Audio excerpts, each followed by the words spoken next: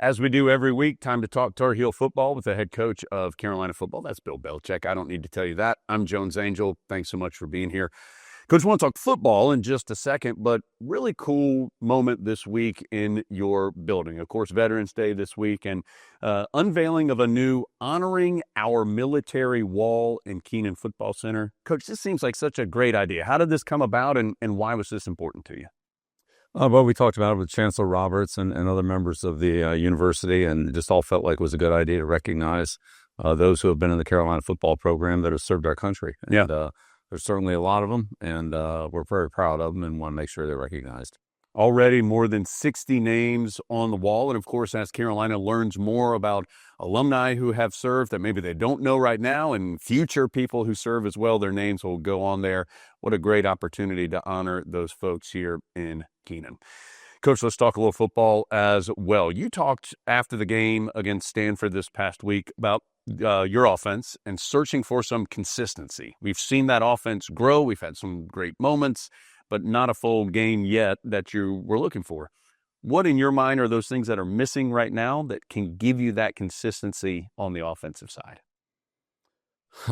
Yeah, it's kind of all the above. First of all, not turning the ball over. Second of all, not having negative plays, and that starts with penalties, like false start penalties, and things like that. And then, basic fundamentals like throwing the ball, catching the ball, making blocks where we have the opportunity to make those cleanly, and then, staying out of long yardage and being able to convert third downs. Our third down conversions haven't been really good enough to stay on the field a long time and to stay in long drives. At times we've done it, but more often than not, we scored on explosive plays, and those are great too. But the converted third downs will be important. And third down, certainly a big deal this past weekend. Carolina struggled some in the first half, was 0 of 5 on third down. Second half, 6 of 10 on third down, and the Tar Heel offense much more successful. Coach will try to do all those things this week against Wake Forest. Tell us a little bit about the Demon Deacons. I know they've got a good defensive front. What are some other things that have stood out to you about your opponent upcoming? Well, they're very good on defense, period, all the way across the board.